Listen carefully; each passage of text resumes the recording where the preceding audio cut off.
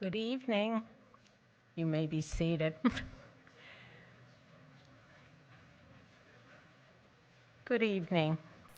Distinguished guests, faculty, and staff, members, parents, and significant others, and most importantly, our future nurse practitioners. This evening, we gather here for a very special occasion, the transition into practice wearing your white coat. On behalf of the faculty and staff, I'd like to welcome you to this transition into clinical practice. I am Joan Vitello-Sishu, and I have the privilege of being the Chingfen Graduate School of Nursing's 5th Dean, one I'm very proud of. The transition into clinical practice wearing a white coat is a monumentous occasion that marks the beginning of the journey into advanced nursing practice. As you put on that white coat for the very first time, it symbolizes not just a uniform, but a commitment, a responsibility, and a pledge to uphold the very highest standards of care, compassion, and professionalism. But tonight, I want to stress something crucial. It's not just about wearing the white coat. It's about using the white coat. The white coat is more than just a piece of clothing. It's a powerful symbol of trust and respect.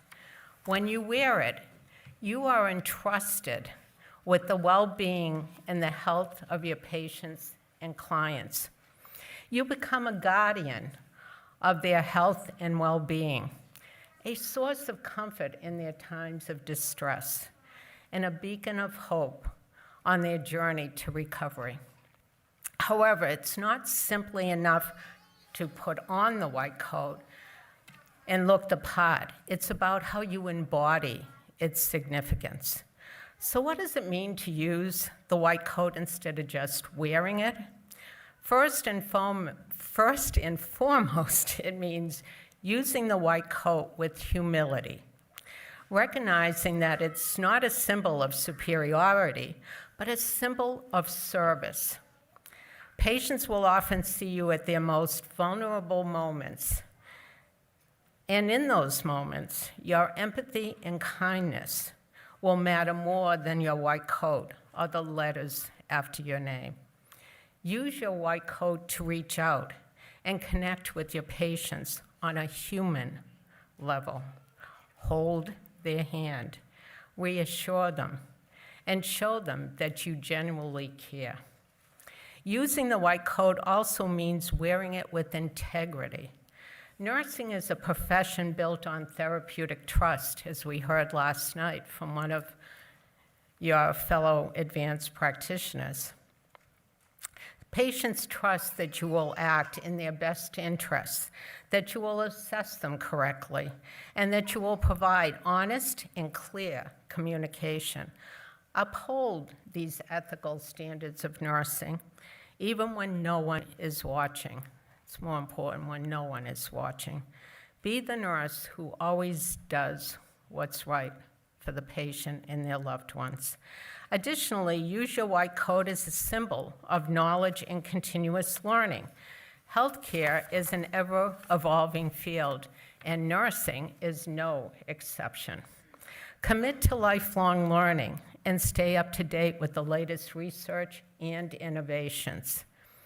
Your patients deserve the very best, and your white coat should reflect your dedication to providing them with the highest quality of care.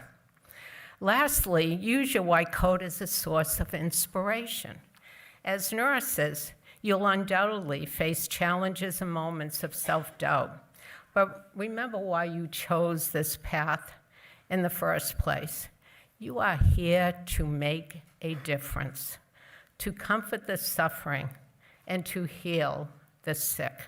Let your white coat be a reminder of the incredible impact you can have on people's lives as a nurse practitioner.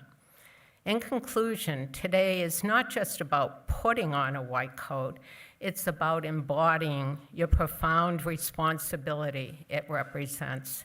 It's about using the white coat to make a meaningful difference in the lives of your patients.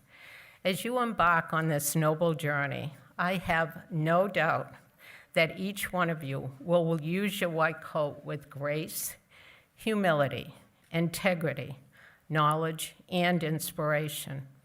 Our world needs more nurses who understand it's not about wearing the white coat, but how you use it to serve and heal. Congratulations, and may your white coat always be a symbol of your unwavering commitment to our wonderful discipline of nursing. Congratulations.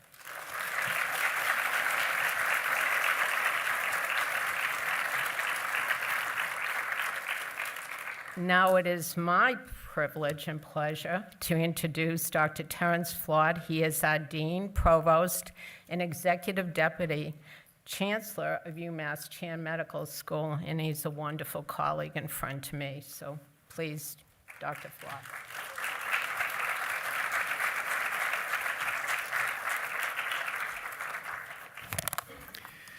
Well, good evening to all of you. Congratulations to the Chingfen School of Nursing DNP2 class as you mark your transition to clinical practice this evening. Also, I want to send out my congratulations to all of the family, friends, the faculty, and the deans of this cohort, and of course to Dean Joan Vitello. I want to thank you, Joan, for your vision and your leadership. And this event is one that you have created and helped us to issue, to usher in. And this is, in fact, a very joyful and momentous occasion for all of you and for your faculty and deans as you don your white coats and take on this new role, which has been described as the healing mantle of being a provider. As some of you may know, I am a pediatrician, and it turns out that the mission of improving access to health care for children played an important part in the popularization of advanced practice nursing. This history goes back to efforts to improve access to primary care in areas of the Mountain West in the 1960s where access to care was sorely limited. My own experience with nurse practitioners began about 20 years later in the mid-'80s when I was an intern in pediatrics at the Johns Hopkins Hospital in Baltimore. We had, of course, as part of our pediatric residency, as they do still now, had our own continuity clinics. So no matter what we were doing, whether we were assigned to the NICU or the PICU or any of the inpatient hospital rotations, once a week we had our primary care continuity clinic with our own panel of patients, and one of my preceptors for that continuity clinic was a nurse practitioner. She, in fact, taught all of us, both those who are in my own clinic pod and others, many things that we were not taught by our physician faculty. Some of them are simple procedures that physicians are less adept in than nurses are. That would include things like how to give IM injections and where to give them, in which muscles, in which ages. Also, firsthand information often, as well as counseling information on lactation, even though that's a specialty in itself. Those with coming from a nursing tradition often had more experience with that. And I think understanding anxious parents, counseling them about those normal bodily functions of a new infant that maybe some of the new parents were not used to and might have been nervous as to whether they were normal or abnormal. So I had this real appreciation, this value of the interprofessional team that has lasted in my career. So I actually, after I finished my fellowship, I shared my outpatient pediatric pulmonary practice with an advanced practice nurse throughout the time when I was functioning as also as a chair of pediatrics at the University of Florida, and for the first several years after I moved here. And in that practice, our roles were complementary rather than redundant. While I was able to tap into a somewhat greater detailed knowledge of pharmacology and bacteriology, my nurse colleague possessed greater skill and knowledge with issues such as adolescent rebellion and difficult family dynamics that could adversely affect our patients' adherence to their prescribed plans. I think that's that therapeutic alliance that Dean Vitale was referring to. So, in fact, each of us brought the traditions and the knowledge of our own professional experiences into that interaction, and the expertise and experiences of nursing in the advanced practitioner role were a great asset to our patients. By collaborating with other members of the team, including those from social work, nutrition, respiratory therapy, it became imprinted very much upon me that patient-centered care was greater than the sum of its parts. Now, for your own future careers, I hope that kind of effective and fulfilling practice will lie ahead for you. And it may do so in many other specialty areas, including primary care, critical care, and behavioral health.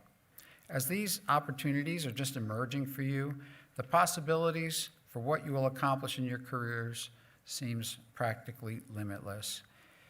With that vision, all of us as the academic leaders of this university celebrate what you've already accomplished in getting to this point and all of the amazing things that you will accomplish over your long careers. My congratulations again to all of you, and thank you for your time listening to me. Have a good evening.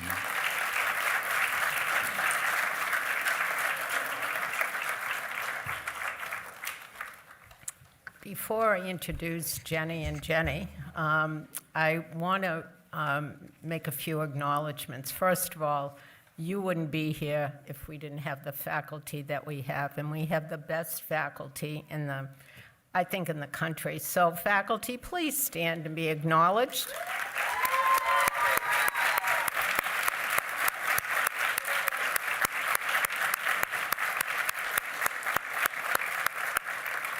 And then complementary with the faculty is the staff. And again, we cannot do our work if we didn't have the incredible, awesome staff that we have.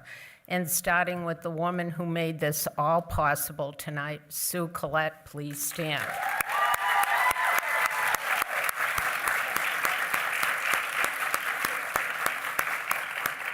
She has kept us all on track. She has ordered our appetizers and our desserts for tonight. She has put together this program. And then I want to call out the rest of the staff, and I know that Sierra's here and Max is here from the Office of Student Affairs, so let's give them a round of applause.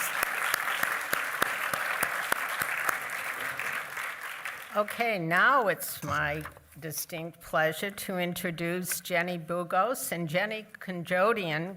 Jenny K just received an award today in our scholarship and award ceremony, so congratulations. They are D&P Year 3 students to share the meaning of the nursing white coat. So Jenny and Jenny, please come up.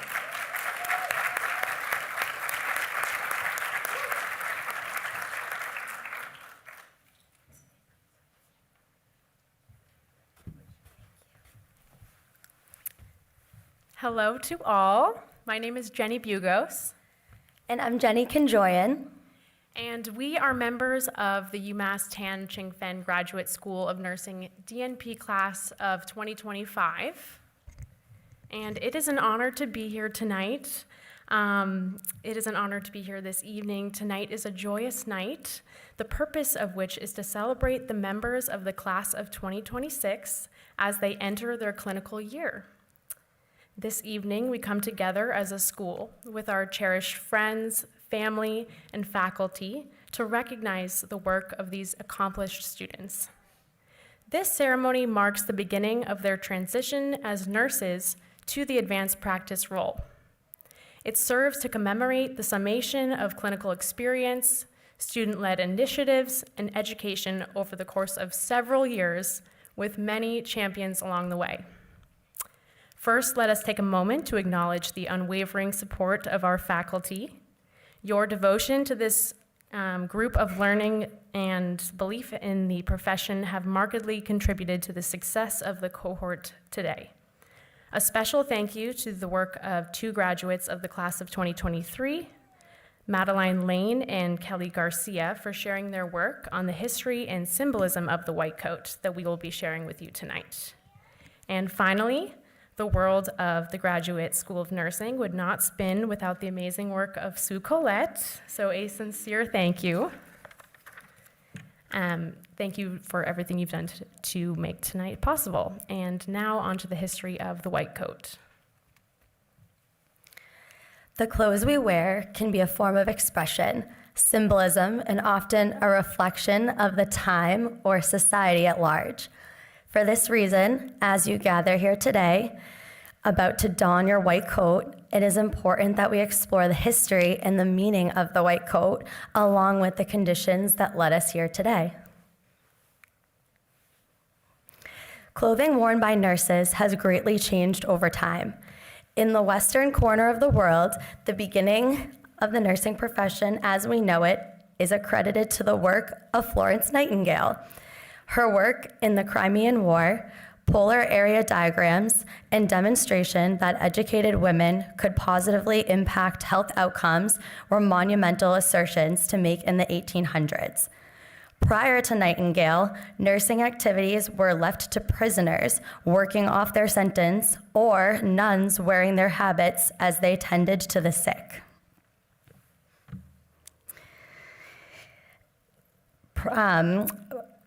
As the nursing profession took hold and became an activity open to the secular sect, nurses' uniforms reflected those of the sisters and gender norms at the time. These uniforms were typically ankle-length dresses with aprons for easy laundering, belts to hold instruments such as scissors, and caps to hold the nurse's hair. Interestingly, some disliked this uniform given its resemblance to that of a maid. These uniforms were often black, gray, or blue, matching the habits worn by the sisters, but later moved to white uniforms as the nursing profession championed the principles of antisepsis, cleanliness, and an order in parallel with physicians, and practically speaking, the whitening action of bleach. Later, during times of war, capes, for superheroes of course, were added alongside caps with stripes to designate seniority and status. Then, during World War II, U.S. nurses were given clothes similar to that of soldiers. Nurses who, as we know back then, mostly women, began wearing pants. Could you believe it? Many couldn't. But in the 1960s, pants finally became more acceptable in women's fashion, with that era's wave of feminism behind it. Fast forward to the 1980s, where white skirts or white pantsuits were the norm on the nursing floor. And now, today, where scrubs of any color or pattern are readily available and worn by all.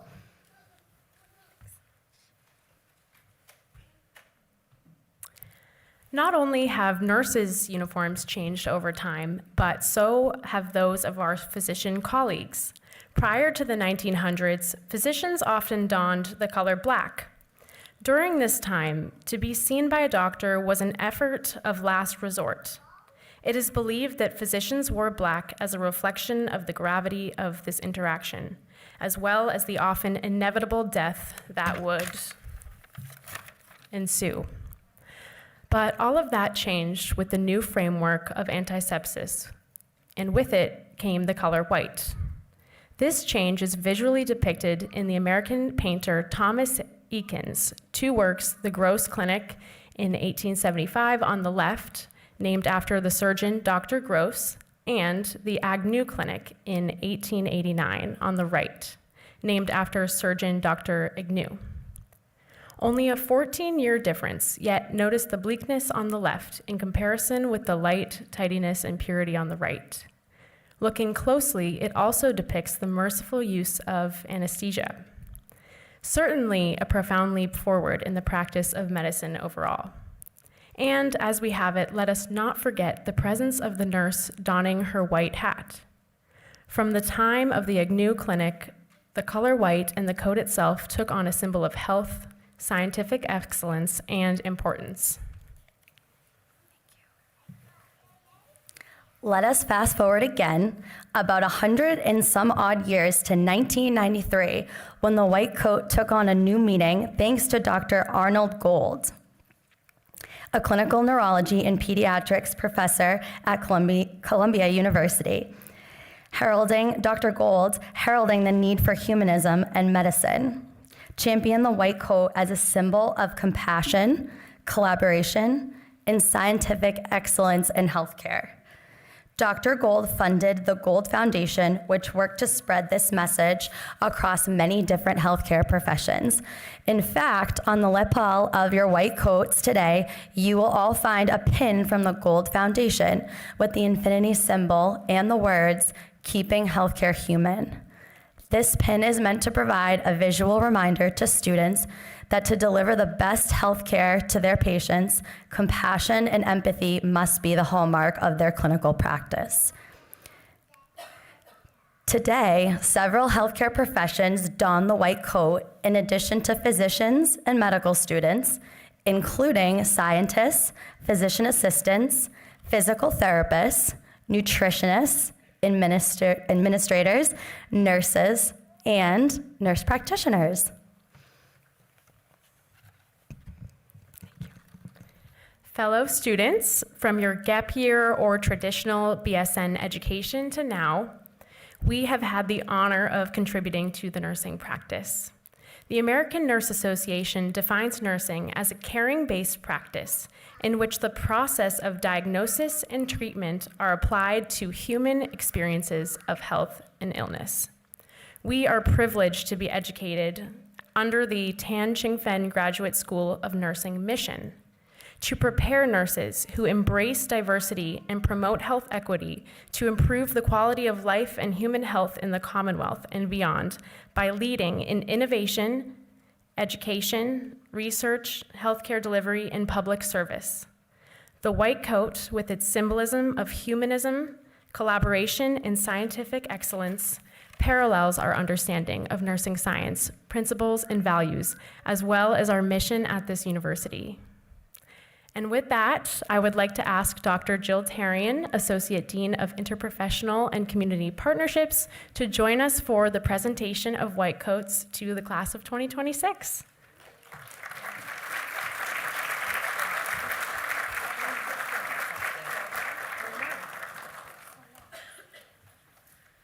What a great job they did. Oh my goodness. I love those stories. And I love when we talk about Florence Nightingale. I mean, it's just incredible. So I would like to welcome all of you entering the NP clinical year. So we have adult gero acute care NP, adult gero primary care NP, family nurse practitioners, and psych mental health nurse practitioners. So as mentioned, this ceremony is to welcome you as you transition into advanced nursing practice.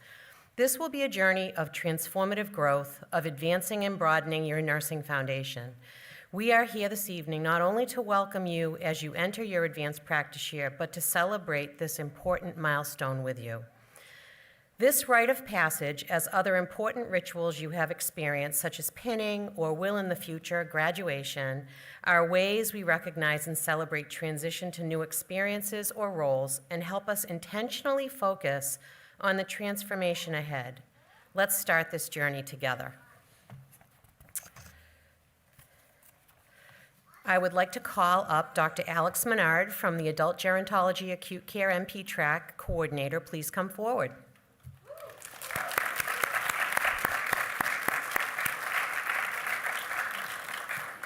And I would like to ask the adult gerontology acute care NP track students, please stand and come to the front.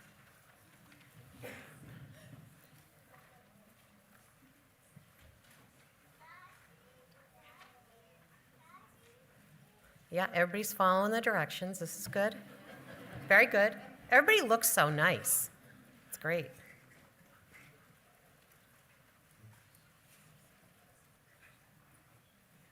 You ready? Rachel Brasilla.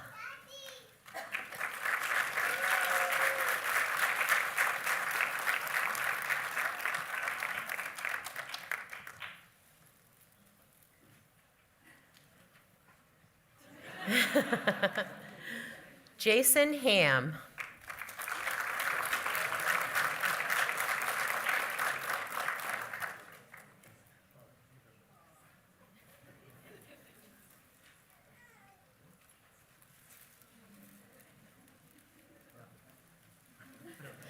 Shannon LeBlanc.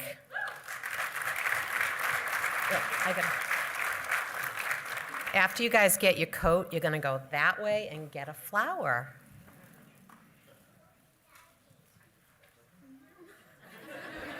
Yeah, you can go that way. Asia Price.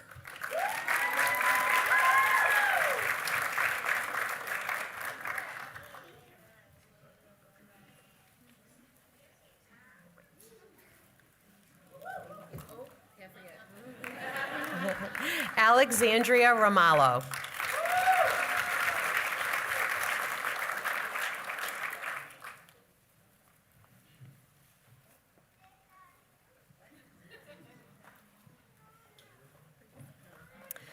Deanna Ramirez.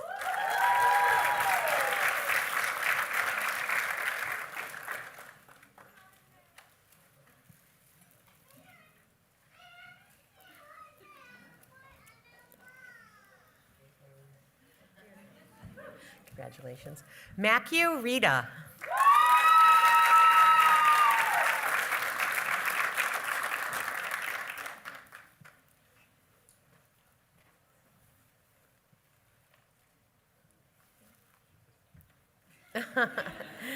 Alex Spooner.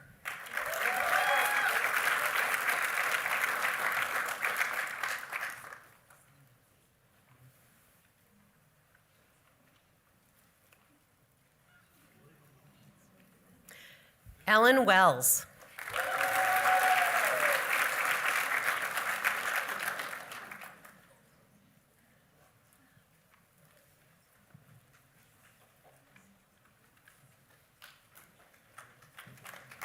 Nicely done.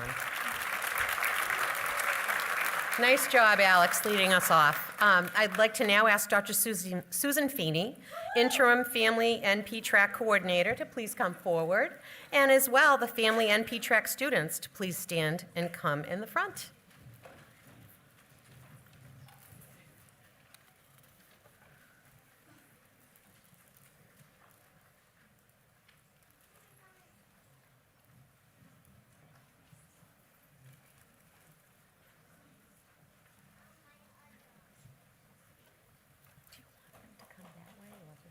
What's easier? Oh, okay. All right, Sarah Abudi.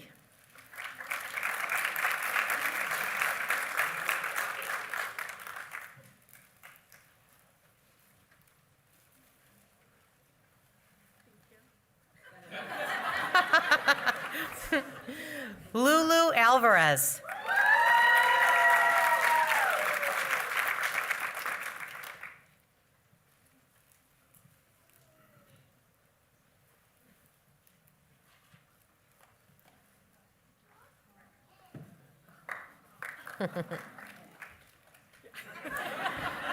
Geneva Aruna.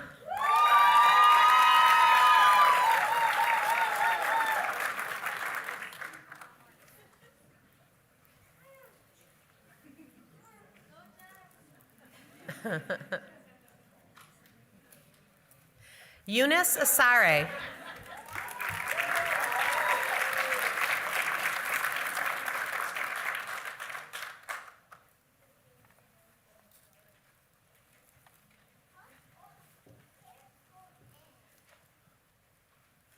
Got to get the hair right. Very important. Victoria Belanger.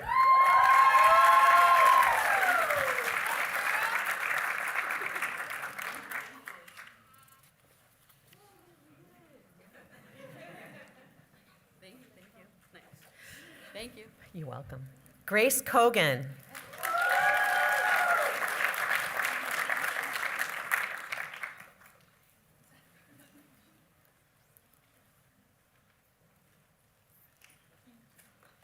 Cynthia Delmas.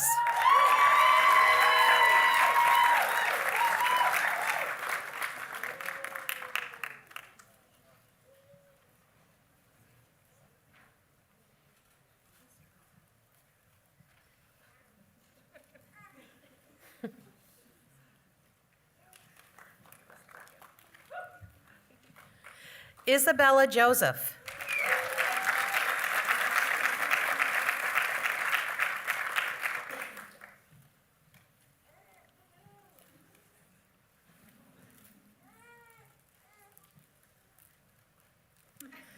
Leah Kachadorian.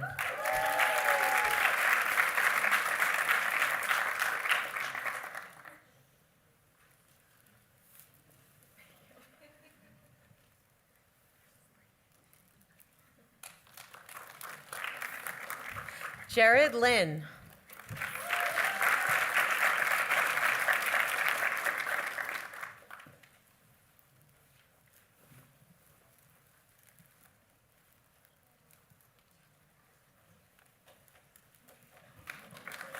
Hannah Martin.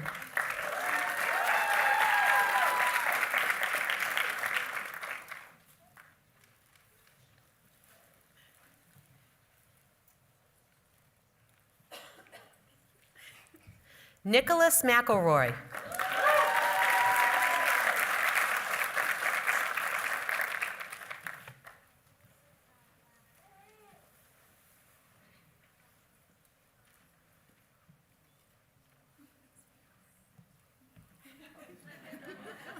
Lorenzo Mendoza.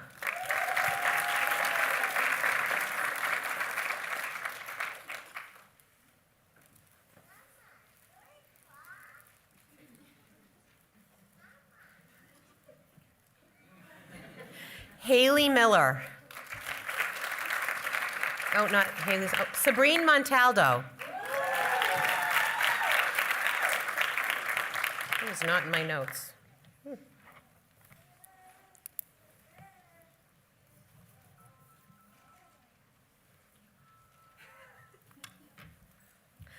Alyssa Oldfield.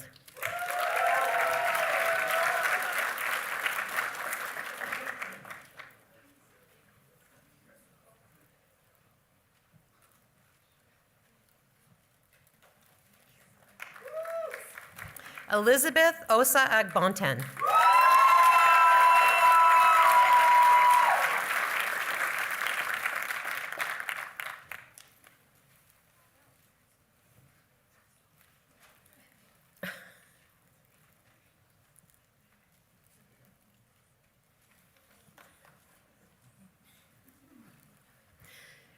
Katie Reed Wolferseder.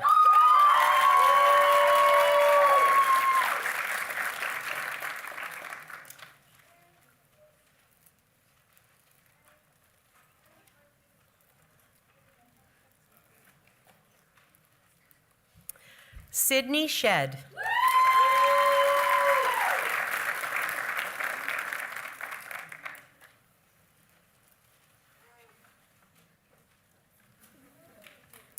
Alexandra War.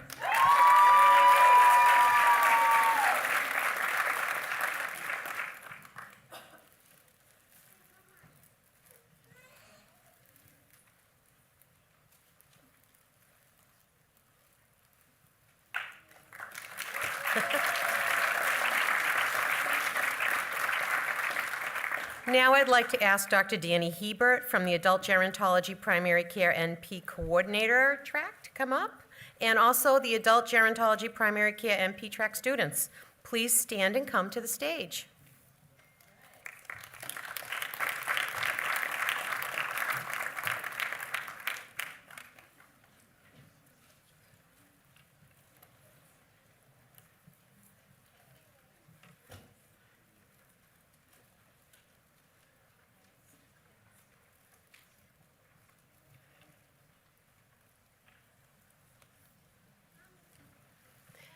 Lisa Capabianca.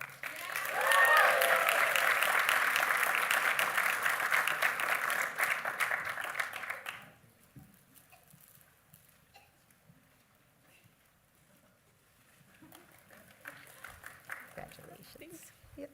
Jacqueline Rondo.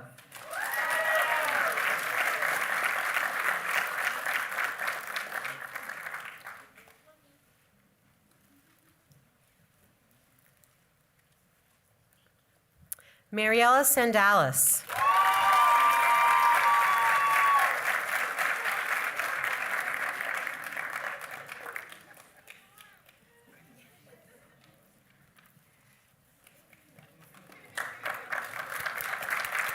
Come get your flower. Thank you. Thank you, Dr. Hebert. Next, I'd like to ask Dr. Julie West from our Psych Mental Health MP track to come forward. Thank you, Julie. And we'd also like the Psych Mental Health MP track students to please stand and come to the front.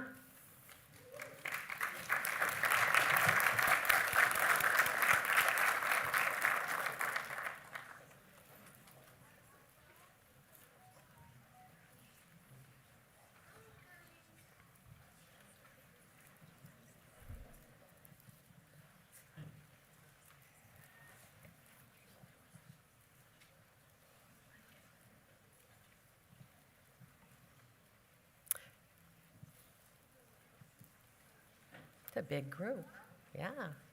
Christabel Ahawi.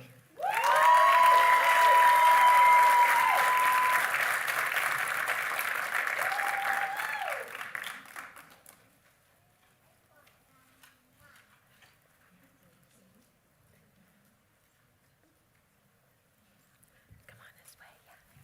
Herman Anya Bayona.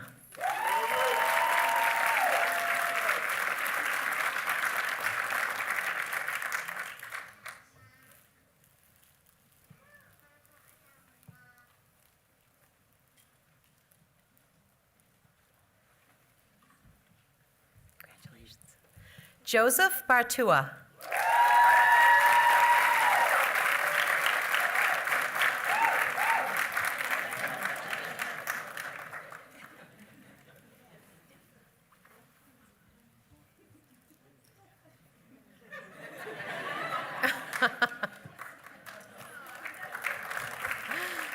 Rebecca DeCosmo.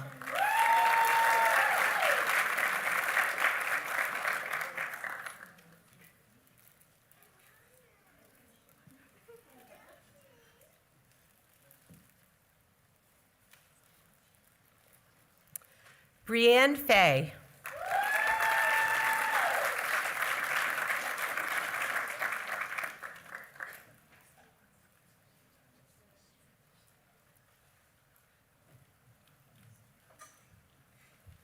Elijah Walker Grant.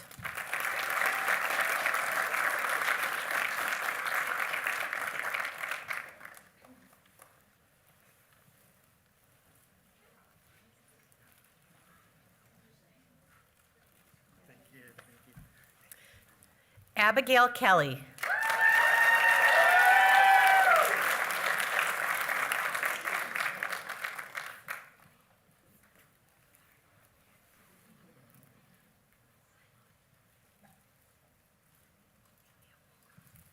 Sam Kubwamana.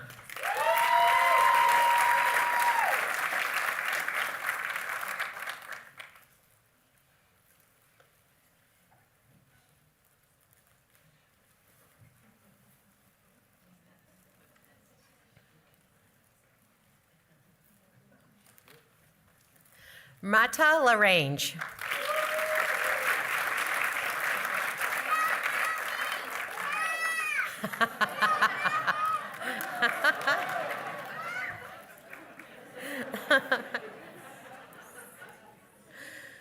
Cute, very cute. Jonathan Marshall.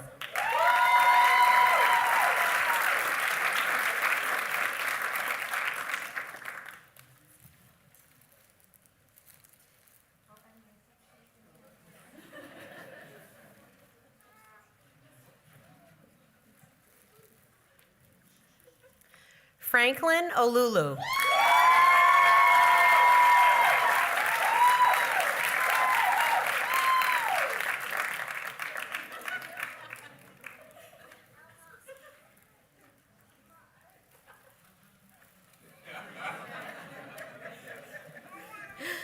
Shannon Paget.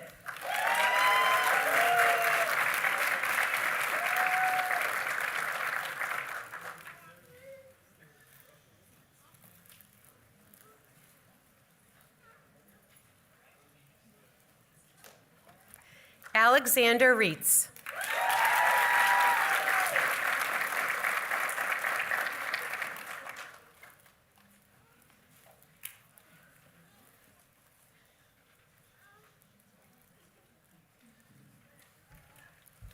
Lena Stone.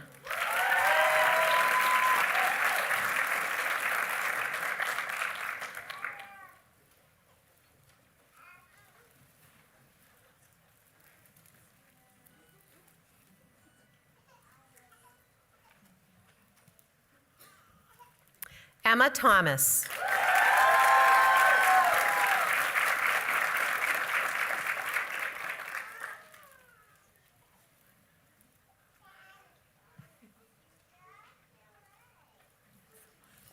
That's great. Thank you. You're welcome. Let's give them all a hand.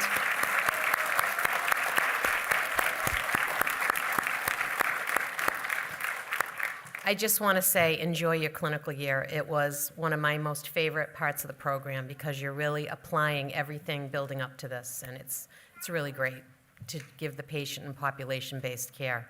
So I'd like to invite the two Jennies back up here to recite the pledge. They're doing a fantastic job, and you're in good hands.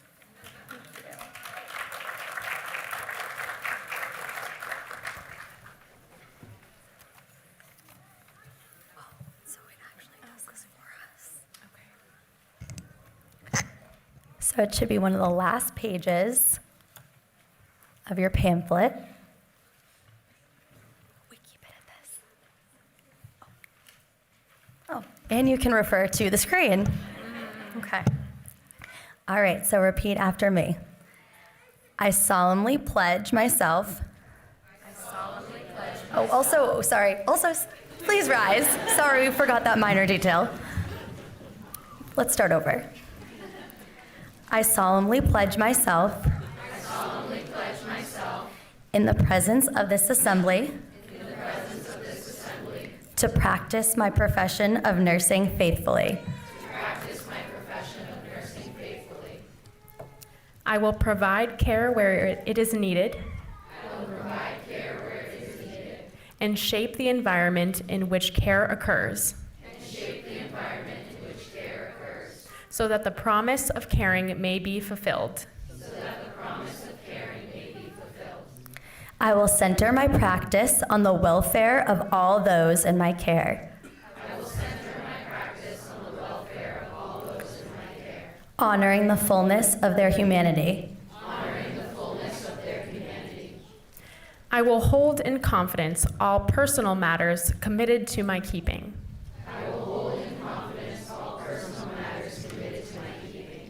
I will refrain from any action.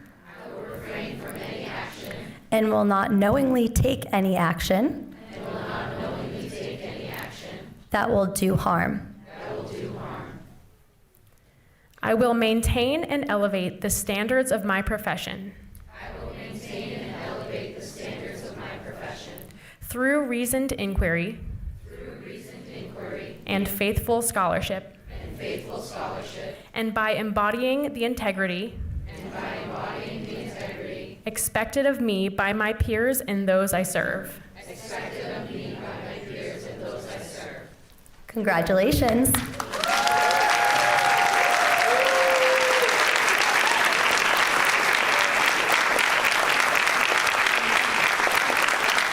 I think you guys can sit down now.